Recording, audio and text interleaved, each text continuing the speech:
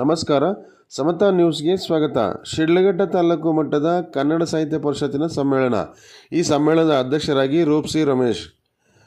ಚಿಕ್ಕಬಳ್ಳಾಪುರ ಜಿಲ್ಲೆ ಶಿಡ್ಲಘಟ್ಟ ನಗರದ ಶ್ರೀ ವಾಸವಿ ಶಾಲೆಯ ಆವರಣದಲ್ಲಿ 10ನೇ ಕನ್ನಡ ಸಾಹಿತ್ಯ ಪರಿಷತ್ತಿನ ಸಮ್ಮೇಳನವನ್ನು ಆಯೋಜನೆ ಮಾಡಲಾಗಿತ್ತು.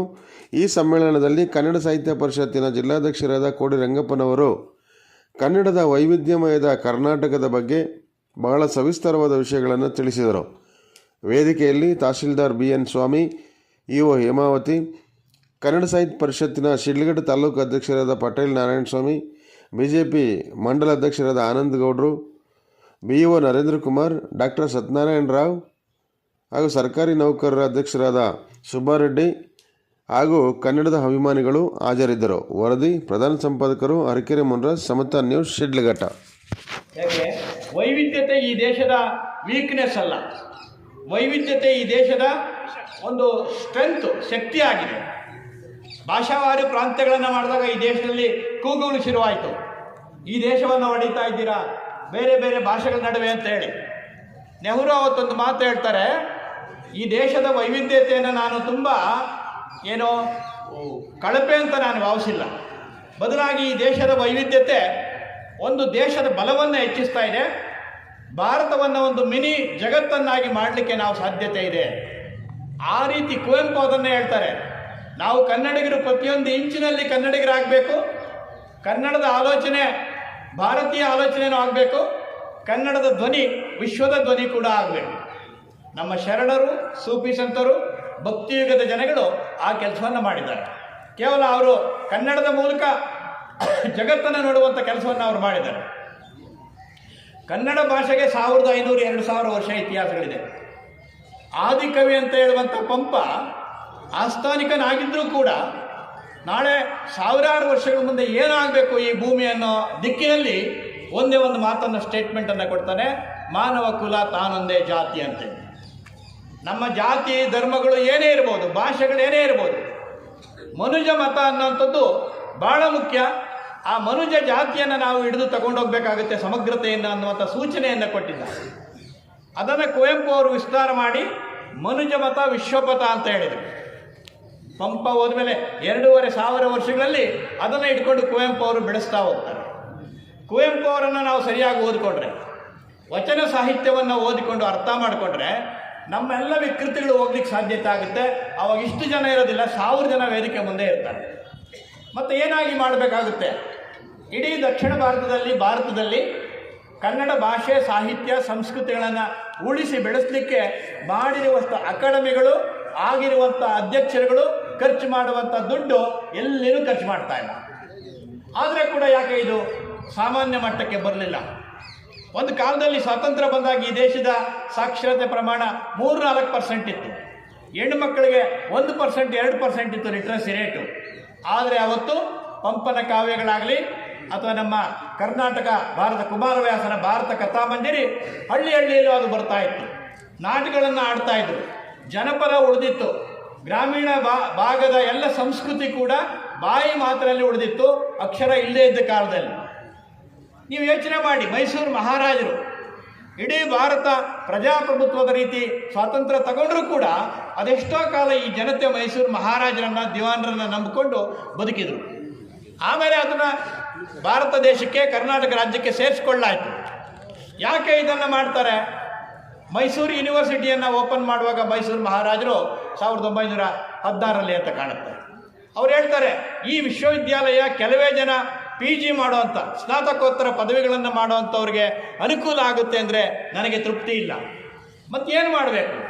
ಈ ವಿಶ್ವವಿದ್ಯಾಲಯ ಜನಸಾಮಾನ್ಯರಿಗೆ ಓದು ಬರಹ ಕಲಿಸಬೇಕಾಗುತ್ತೆ, ಒಂದು ಓದುವ ಸಮಾಜ ನಿರ್ಮಾಣ ಆಗಬೇಕಾಗುತ್ತೆ. ಅಂಚಿನಲ್ಲಿರುವಂಥ ಜನ, ದೀನದಲಿತರು, ಶ್ರಮಿಕರು, ರೈತರು, ಅಲ್ಪಸಂಖ್ಯಾತರು ಇವರು ಮೇಲೆ ಬರಬೇಕು, ಮುಖ್ಯವಾಹಿನಿಗೆ ಬರಬೇಕು. ಈ ಜಗತ್ತು, ಈ ಸಮಾಜ ನಮ್ಮದು ಅಂತೇಳಿ ಸ್ವಾಭಿಮಾನವಾಗಿ ಅವ್ರು ನಿಲ್ಲಂಗಾಗಬೇಕು. They must come to the forefront ಅಂತ ಹೇಳ್ತಾರೆ. ಅಂದರೆ ಅವ್ರಿಗೇನು ಕಲ್ಪನೆ ಇತ್ತು, ಅದಕ್ಕೋಸ್ಕರ ರಾತ್ರಿ ಶಾಲೆಗಳನ್ನು ಮಾಡ್ತಾರೆ.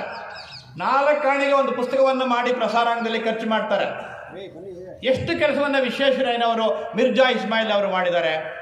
ಅವರನ್ನು ಓದಿದರೆ ಮಾತ್ರ ನಮಗೆ ಅರ್ಥ ಆಗುವಂಥದ್ದು. ಹೀಗಾಗಿ ಯಾಕೆ ಸಾಹಿತ್ಯ ಪರಿಷತ್ತ ಮಾಡಿದರು 1915ರಲ್ಲಿ ಬೆಂಗಳೂರಲ್ಲಿ? ಅದು ಒಂದು ಅವ್ರು ಹೇಳ್ತಾರೆ ಒಂದು ಕಡೆ, ಅದು ಒಂದು ಜನಸಾಮಾನ್ಯರ ಒಂದು ಓಡಾಡುವಂಥ ವಿಶ್ವವಿದ್ಯಾಲಯ ಆಗಬೇಕು ಅಂತೇಳಿ, ಶ್ರೀಸಾಮಾನ್ಯರ ವಿಶ್ವವಿದ್ಯಾಲಯ ಆಗಬೇಕು. ಅಂದರೆ ಅಲ್ಲಿ ನಾಟಕ ಮಾಡ್ತಿರೋ, ಕಾವ್ಯ ಮಾಡ್ತಿರೋ, ಬೇರೆ ಏನು ಮಾಡ್ತೀರಾ, ಅಚ್ಚು ಗ್ರಂಥಗಳನ್ನು ಮಾಡಿ ಪುಸ್ತಕ ಮಾಡ್ತೀರಾ, ಇಡೀ ಕರ್ನಾಟಕದ ಜನ 1 ಮಿನಿಟ್ಗೆ ಓದುವಂಥ ಪುಸ್ತಕ ಎಲ್ಲ ಬಂದಿದೆ ಇದು. ಅದೇನೇ ಇರಲಿ, ವಚನ ಸಾಹಿತ್ಯವನ್ನು ನಾವು ನೋಡಿ ಪರಿಗ್ರಹಿಸೋದಾದರೆ ಜಗತ್ತಿನ ಯಾವುದೇ ಭಾಷೆಯ ಸಾಹಿತ್ಯಕ್ಕೆ ಕಡಿಮೆ ಇಲ್ಲದೆ ವಚನ ಸಾಹಿತ್ಯ ದೊಡ್ಡ ವಿಚಾರವನ್ನು ಕೊಡುತ್ತೆ. ಕಾಯಕ ಮತ್ತು ನೀತಿಯನ್ನು, ದುಡಿಮೆಯನ್ನು ಇಟ್ಕೊಂಡಿದ್ದಂಥ ಜನ ನೀವು ನೋಡ್ಬೋದು. 12ನೇ ಶತಮಾನದಲ್ಲಿ ಈ ದೇಶದಲ್ಲಿ ಏನಾಗಿದೆ, ಗಾಂಧಿಯ ವಿಚಾರವನ್ನು ತಗೊಂಡ್ರೆ ವಚನಗಳಿಂದ ಗಾಂಧಿ ಪ್ರಭಾವಿತರಾಗಿದ್ದಾರೆ. ವಚನ ಸಾಹಿತ್ಯಕ್ಕಿಂತ ಮುನ್ನ ಬುದ್ಧನ ಕಾಲದಲ್ಲಿ ಅವನು ಪಾಟಲಿಪುತ್ರದಲ್ಲಿ ಹಾಕಿರುವಂಥ ಒಂದು ಸ್ತಂಭದಲ್ಲಿ ಒಂದು ಸ್ಟೇಟ್ಮೆಂಟನ್ನು ಹಾಕಿದ್ದಾರೆ, ಸತ್ಯಮೇವ ಜಯತೆ ಅಂತೇಳಿ. ಆ ಸತ್ಯಮೇವ ಜಯತೆಯನ್ನು ಭಾರತ ಸರ್ಕಾರ ತಗೊಳ್ಳೋದಕ್ಕಿಂತ ಮುಂಚೆ ಗಾಂಧೀಜಿಯವರು ಕಂಡುಕೊಂಡಿದ್ರು, ಅವರಿಗಿಂತ ಮುಂಚೆ ವಚನಕಾರರು ಕಂಡುಕೊಂಡಿದ್ರು. ಯಾಕೆ ಆ ರಾಘವಾಂಕನ ಹತ್ರ ಯಾವುದು ಹರಿಶ್ಚಂದ್ರ ಕಾವ್ಯ ಬರೆಸ್ತಾರೆ. ಹರಿಶ್ಚಂದ್ರ ಹೇಗೆ ಬದುಕಿದ್ದ, ಅದರ ಮುಖ್ಯ ಉದ್ದೇಶ ಸತ್ಯವನ್ನು ಸಾಕ್ಷಾತ್ಕಾರ ಮಾಡ್ಕೊಳ್ಬೇಕು, ಎಲ್ಲ ಜಾತಿ ಧರ್ಮದವರಿಗೆ ಸತ್ಯ ಒಂದೇ ಮೌಲ್ಯ ಆಗಿರೋವಂಥದ್ದು, ಕಾಯಕವನ್ನು ಮಾಡಬೇಕು, ಕರ್ತವ್ಯವನ್ನು ಮಾಡಬೇಕು ಅನ್ನೋ ದೃಷ್ಟಿಯಿಂದ ಒಂದು ಹರಿಶ್ಚಂದ್ರ ಕಾವ್ಯ ಬಂತು. ಒಂದು ಹರಿಶ್ಚಂದ್ರ ಕಾವ್ಯಕ್ಕೆ ಕನ್ನಡ ಸಾಹಿತ್ಯ ನಿಲ್ಲಿಲ್ಲ. ಗಾಂಧೀಜಿ ಒಂದು ಕಡೆ ಹೇಳ್ತಾನೆ, ಹರಿಶ್ಚಂದ್ರ ಹುಟ್ಟೋದಕ್ಕೆ ಮೊದಲು ಸತ್ಯ ಇತ್ತು, ನಾನು ಅದನ್ನು ತಗೊಂಡೆ, ನನಗೆ ಗೊತ್ತಿರೋ ಮಟ್ಟಕ್ಕೆ ನಾನು ಸತ್ತೋದ ಮೇಲೂ ಕೂಡ ಸತ್ಯ ಇರಬೇಕಾಗುತ್ತೆ ಅಂತ ಹೇಳ್ತಾರೆ. ಅಂದರೆ 100 ಗಾಂಧೀಜಿಗಳು ಕೊಲೆ ಆದರೂ ಪರವಾಗಿಲ್ಲ, ಒಂದು ಸತ್ಯ ಮಾತ್ರ ಕೊಲೆ ಆಗಬಾರ್ದು ಈ ದೇಶದಲ್ಲಿ. ಸತ್ಯ, ಕಾಯಕ, ಜನಗಳ ನಿಷ್ಠೆಯನ್ನು ಅವತ್ತಿನಿಂದ ಉಳಿಸ್ಕೊಂಡು ಬಂದಿದ್ದಾರೆ ಬುದ್ಧನ ಕಾಲಕ್ಕೆ. ಬುದ್ಧನ ಕಾಲದಲ್ಲೇ ಬುದ್ಧ ಹೇಳ್ತಾನೆ, ಅರ್ಧಮಾಗಧಿ ಭಾಷೆಯನ್ನು, ಪಾಳಿ ಭಾಷೆಯನ್ನು ಇಂಟ್ರೊಡ್ಯೂಸ್ ಮಾಡಿದಾಗ ಯಾಕೆ ಮಾಡ್ತಾನೆ? ಕೇವಲ ಜನಗಳಿಗೆ ಗೊತ್ತಿಲ್ಲದ ಭಾಷೆಯಲ್ಲಿ ಸಾಹಿತ್ಯವನ್ನು ಕಟ್ಟಿದರೆ, ವಿಚಾರವನ್ನು ಕೊಟ್ಟರೆ ಹೋಗಲ್ಲ. ಜನಗಳು ಮಾತಾಡೋದ್ರಲ್ಲಿ ನೀವು ಆಡಳಿತವನ್ನು ಮಾಡಿ, ಜನಗಳು ಮಾತಾಡೋದ್ರಲ್ಲಿ ಏನಾದರೂ ವಿಚಾರಗಳನ್ನು ಬೋಧನೆ ಮಾಡಿ ಅಂತ ಹೇಳ್ತಾರೆ. ಅಂದರೆ ಮನುಷ್ಯ ಧರ್ಮವನ್ನು ಕೇಂದ್ರವಾಗಿಟ್ಕೊಂಡು ಕುವೆಂಪು ಅವರು ವಿಶ್ವಮಾನವ ಸಂದೇಶವನ್ನು ಬರೀತಾರೆ. ಎಷ್ಟು ಕಠಿಣವಾಗಿ ಬರೀತಾರೆ. ಕೆಲವರು ಕುವೆಂಪು ಏನೋ ಧರ್ಮದ ಕಡೆ ಇಲ್ಲ, ಕುವೆಂಪು ಅವರು ಆಧ್ಯಾತ್ಮದ ಕಡೆ ಇಲ್ಲ ಅಂತ ಹೇಳ್ತಾರೆ. ಕುವೆಂಪು ಹೇಳ್ತಾರೆ, ಒಂದು ಸಾಹಿತ್ಯ ಆಧ್ಯಾತ್ಮದ ಕಡೆನೂ ಇರುತ್ತೆ, ಕಾಯಕದ ಕಡೆನೂ ಇರುತ್ತೆ, ವೈಚಾರಿಕತೆ ಕಡೆನೂ ಇರುತ್ತೆ, ಕ್ರಾಂತಿಯ ಕಡೆನೂ ಇರುತ್ತೆ. ಅವೆಲ್ಲವೂ ವಿರೋಧವಾದ ವಿಚಾರಗಳಲ್ಲ. ಸತ್ಯ, ಧರ್ಮ, ಆಧ್ಯಾತ್ಮ, ಮಾನವೀಯತೆ ಪರಸ್ಪರ ವಿರುದ್ಧ ಮುಖಗಳಿಗಿಲ್ಲ. ಅವಕ್ಕಿರೋದು ಒಂದೇ ಬೇರು, ಒಂದೇ ಮರದ ಹಣ್ಣುಗಳು, ಅವರು ಒಂದೇ ತಾಯಿಯ ಮಕ್ಕಳು ಅಂತ ಹೇಳ್ತಾರೆ. ಯಾಕೆ ಬೇಕಿದು? ಇದು ನಮಗೆ ಬೇಕಾಗ್ತದೆ. ಅದನ್ನು ನಮ್ಮ ಗೋಕಾಕ್ ಹೇಳೋದು ಸಮರಸವೇ ಜೀವನ ಅಂತೇಳಿ. ಅಂದರೆ ಕನ್ನಡ ಸಾಹಿತ್ಯದಲ್ಲಿ ಅನೇಕ ವಿಚಾರಗಳು ಇದ್ದಾವೆ, ಅವುಗಳನ್ನು ತರಬೇಕು, ಅರ್ಥ ಮಾಡಿ ಓದಬೇಕು. ನಾವು ಅಂದ್ಕೊಂಡಿದ್ದೀವಿ ನಮ್ಮ ಗೆಳೆಯರ ನಿಟ್ಟಿನಲ್ಲಿ. ನಾನು ಈ ಸಂದರ್ಭದಲ್ಲಿ ನಿಮಗೆಲ್ಲರಿಗೆ ಕೂಡ ನಾನು ವೈಯಕ್ತಿಕವಾಗಿ ನಾನು ತಲೆ ಬಾಗಿಸಿ ನಮಸ್ಕಾರ ಮಾಡ್ತೇನೆ. ಯಾಕೆಂದರೆ ನನಗೆ ಇಲ್ಲಿ ಅಧ್ಯಕ್ಷನಾಗಿ ಬಂದು ಏನೋ ಮಾಡೋಕ್ಕೆ ನನ್ನ ಕೈಲಾಗುತ್ತೆ ಅಂತ ನಾನು ಭಾವಿಸಿರಲಿಲ್ಲ. ಈಗಲೂ ಕೂಡ ನಾವೊಂದು 5% ಮಾಡ್ತಾ ಇರ್ಬೋದು 100ರಲ್ಲಿ.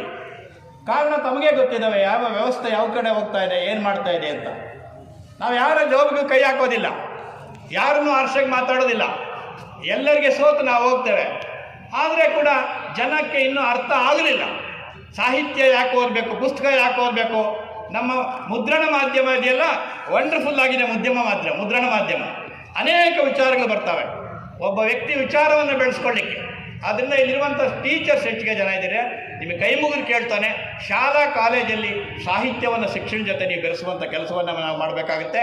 ಏನೆಲ್ಲ ನೀತಿ ಕಥೆಗಳು ಹಿಂದೆ ಇತ್ತು, ಅದು ಚಂದಮಾಮ ಕಥೆ ಇರ್ಬೋದು, ಪಂಚತಂತ್ರದ ಕಥೆಗಳಿರ್ಬೋದು, ಈಶೋಪನ ಕಥೆಗಳಿರ್ಬೋದು, ಬುದ್ಧನ ಕಥೆಗಳಿರ್ಬೋದು, ಅದು ಜನಗಳಿಗೆ ಹೋಗಬೇಕಾಗುತ್ತೆ. ಏಕೀಕರಣಕ್ಕೆ ಶ್ರಮಪಟ್ಟಂಥ ಏನು ನವಾಬ್ ಸಾಬ್ ಅಂತೇಳಿ ಒಬ್ಬ ಬಳ್ಳಾರಿಲಿ ಹುತಾತ್ಮನಾಗ್ತಾನೆ, ಅಂಥವ್ರನ್ನ ನಾವು ನಡಿಬೇಕು. ಕರ್ನಾಟಕದಲ್ಲಿ ಏಕೀಕರಣ ಚಳುವಳಿಗೆ ಸಾಹಿತ್ಯ ಪರಿಷತ್ತು, ಧಾರವಾಡದ ವಿದ್ಯಾವರ್ಧಕ ಸಂಘ, ಮಂಗಳೂರಿನ ಬಾಸಲ್ ಮಿಷನ್ ಅವರು ಒಗ್ಗೂಡಿ ಕೆಲಸ ಮಾಡ್ತಾರೆ. ಕವಿಗಳು ಬೀದಿಯಲ್ಲಿ ಪುಸ್ತಕವನ್ನು ಮಾರಿ ಕೆಲಸ ಮಾಡ್ತಾರೆ. ಇಂಥ ಒಂದು ದೊಡ್ಡ ವಿಚಾರ ಇದೆ. ಬರೀ ಕನ್ನಡಿಗರಿಗೆ ಕೆಲಸ ಮಾಡಲಿಲ್ಲ, ರಾಮ್ ಮನೋಹರ್ ಲೋಹಿಯಾ ಅವರು ಈ ಭಾಷೆ ಬಗ್ಗೆ ಮಾತಾಡ್ತಾರೆ. ಶಿಕ್ಷಣದಲ್ಲಿ ಭಾಷೆ ಯಾಕೆ ಮುಖ್ಯ, ಆಡಳಿತದಲ್ಲಿ ಮಾತೃಭಾಷೆ ಯಾಕೆ ಮುಖ್ಯ, ಇವೆಲ್ಲ ವಿಚಾರಗಳನ್ನು ನಾವು ಅರ್ಥ ಮಾಡ್ಕೊಳ್ಬೇಕಾಗುತ್ತೆ. ಕನ್ನಡ ಭಾಷೆಗೆ ಆ ಜೀವಸತ್ವ ಇದೆ, ಶಕ್ತಿ ಇದೆ, ಸಾಮರಸ್ಯ ಇದೆ, ಎಲ್ಲವೂ ಕೂಡ ಇದೆ. ರವಿಕುಮಾರ್ ಸರ್ ಹೇಳ್ತಾ ಇದ್ರು, ನಯಾಜ್ ಅವರು ಅದನ್ನು ಪುನರುಚ್ಚಾರ ಮಾಡ್ತಾ ಇದ್ರು. ಕರ್ನಾಟಕ ತುಂಬ ವೈವಿಧ್ಯಮಯವಾಗಿ ನಿಂತ್ಕೊಳ್ತಾ ಇದೆ. ಬೇರೆಯವರು ಇಲ್ಲಿಗೆ ಬರಬೇಕು, ನಾವು ಬೇರೆ ಕಡೆ ಹೋಗಬೇಕು. ಆದರೆ ಈ ನೆಲ ಜಲದ ಈ ಸಂಸ್ಕೃತಿಯ ಈ ವಿಚಾರವನ್ನು ನಾವು ಗಟ್ಟಿಗೊಳಿಸುವಂಥ ಕೆಲಸ ನಾವು ಮಾಡಬೇಕಾಗುತ್ತೆ. ಮನುಷ್ಯನ ಬದುಕು ತುಂಬ ದೂರ ಇರೋದಿಲ್ಲ. ಈ ಇರುವ ಚಿಕ್ಕ ಬದುಕನ್ನು ನಾವು ಅತ್ಯಂತ ಉತ್ತಮ ರೀತಿಯಲ್ಲಿ ನಾಡು ನುಡಿ ಕೂಡ ನಮ್ಮ ಒಂದು ಜವಾಬ್ದಾರಿ, ಒಂದು ಕರ್ತವ್ಯ ಅನ್ನುವಂಥ ಮಾತನ್ನು ನಾವು ಪಾಲಿಸಬೇಕು. ಆ ರೀತಿ ಒಂದು ಓದುವ, ಚಿಂತನೆ ಮಾಡುವಂತಹ, ಪರಸ್ಪರ ಪ್ರೀತಿ ವಿಶ್ವಾಸದಿಂದ ಬದುಕುವಂತಹ ಒಂದು ಸಮಾಜವನ್ನು, ಒಂದು ಕುವೆಂಪು ಕಂಡಂತಹ, ಏನು ಅಂಬೇಡ್ಕರ್ ಕಂಡಂತಹ ಸಮ ಸಮಾಜವನ್ನು ಕಟ್ಟಲಿಕ್ಕೆ ಸಾಹಿತ್ಯದ ಅಭಿವೃದ್ಧಿ, ಸಾಹಿತ್ಯದ ಈ ರೀತಿಯ ಸಮಾವೇಶಗಳು ಅನುಕೂಲ ಆಗಬೇಕು, ಪರಿಷತ್ತುಗಳು ಅನುಕೂಲ ಆಗಬೇಕು. ಶಾಲಾ ಕಾಲೇಜುಗಳಿಗೆ ಗುಡಿಸಲಿನಲ್ಲಿ ಓದಿಲ್ಲದೆ ಇರೋ ಜನಗಳಿಗೆ ಇವತ್ತು ಕೂಡ ಆ ಬಾಯಿ ಮಾತಿನಿಂದ ಸಾಹಿತ್ಯ ಹೋಗಬೇಕಾಗುತ್ತೆ. ಅಂಥ ಕಾಲ ಬೇಗ ಬರಲಿ ಅಂತೇಳಿ ನಾನು ಆ ಕಡೆ ನಮ್ಮದು ಒಂದು ಹೆಜ್ಜೆ ಇಡೋಣ ಅಂತೇಳಿ ನಾನು ನಿಮ್ಮನ್ನೆಲ್ಲ ಪ್ರಾರ್ಥನೆ ಮಾಡ್ತೇನೆ. ಪತ್ರಿಕಾ ಮಾಧ್ಯಮದ, ಅದು ಪ್ರಿಂಟ್ ಮೀಡಿಯಾದವರು ತುಂಬ ಹೆಚ್ಚು ಸಹಾಯ ನಮಗೆ ಆಗ್ತಾ ಇದೆ ಸಾಹಿತ್ಯಕ್ಕೆ. ಆ ಎಲ್ಲ ಹಿರಿಯ ಪತ್ರಿಕೆ ಮಾಧ್ಯಮದವರು, ನಿಮ್ಮನ್ನು ಏನು ಪತ್ರಿಕೆಯನ್ನು ನಡೆಸ್ತಾ ಇರೋವಂಥವ್ರಿಗೆ ನಾನು ತಲೆಬಾಗಿ ನಮಸ್ಕಾರ ಹೇಳ್ತೇನೆ. ನಮ್ಮ ಪಟೇಲ್ ನಾರಾಯಣ ಸ್ವಾಮಿ ಅವರಿಗೆ ಟೈಮ್ ಇರಲಿಲ್ಲ, ಒಂದು 10 ದಿನಕ್ಕೆ ಈ ಕಾರ್ಯಕ್ರಮವನ್ನು ನಡೆಸಬೇಕು. ನಾವು ಪರ್ಫೆಕ್ಷನ್ ಅಥವಾ ಏನು ಫೈನಲ್ ಅಂತ ಹೋಗೋಕ್ಕಾಗಲ್ಲ. ನಾವು ಕೆಲಸ ಮಾಡ್ತಾ ಮಾಡ್ತಾ ನಮ್ಮ ಏಳು ಬೀಳುಗಳನ್ನು ನೋಡ್ಕೊಳ್ಬೇಕಾಗುತ್ತೆ, ನಮ್ಮ ಶಕ್ತಿಯನ್ನು ಬೆಳೆಸ್ಕೊಳ್ಬೇಕಾಗುತ್ತೆ. ನಾವು ನಮ್ಮ ಜನಗಳನ್ನು, ಹೆಚ್ಚು ಜನಗಳನ್ನು ನಾವು ಪ್ರೀತಿ ವಿಶ್ವಾಸಕ್ಕೆ ತಗೊಂಡು ಕೆಲಸ ಮಾಡಬೇಕಾಗುತ್ತೆ. ಆ ದಿಕ್ಕಿನಲ್ಲಿ ಜಿಲ್ಲಾಡಳಿತ ಮತ್ತು ಜಿಲ್ಲಾ ಪಂಚಾಯತ್ತು, ಶಿಕ್ಷಣ ಇಲಾಖೆ, ಇಲ್ಲಿರೋರು ಎಲ್ಲರೂ ಕೂಡ ನಮಗೆ ಪ್ರೀತಿಪೂರ್ವಕವಾದ ಸಹಾಯ ಹಸ್ತವನ್ನು ನೀಡಿ ಕೆಲಸ ಮಾಡಿದ್ದಾರೆ. ಅವರಿಗೆ ಪರಿಷತ್ತಿನ ಪರವಾಗಿ ಆಭಾರಿಯಾಗಿದ್ದು, ಇದಕ್ಕೆ ದುಡಿದಿರುವಂಥ ಎಲ್ಲ ಜನಗಳಿಗೆ ಇವತ್ತು ನೋಡಿ ವೇದಿಕೆ ತುಂಬಿಕೊಡ್ತು. ದಯಮಾಡಿ ಸಂಜೆವರೆಗೆ ಇದ್ದು ಈ ಕಾರ್ಯಕ್ರಮವನ್ನು ಮುಗಿಸಬೇಕು ಅಂತ ಎಲ್ಲ ಸಹೃದಯರಿಗೆ ನಾನು ನನ್ನ ನಮಸ್ಕಾರಗಳನ್ನು ಹೇಳಿ, ಗೆಳೆಯ ನಯಾಜ್ ಅಹ್ಮದ್ ಅವರಿಗೆ ಅಭಿನಂದನೆಗಳನ್ನು ಹೇಳ್ತಾ ನನ್ನ ಮಾತನ್ನು ಮುಗಿಸ್ತೇನೆ. ಜೈ ಹಿಂದ್, ಜೈ ಕರ್ನಾಟಕ.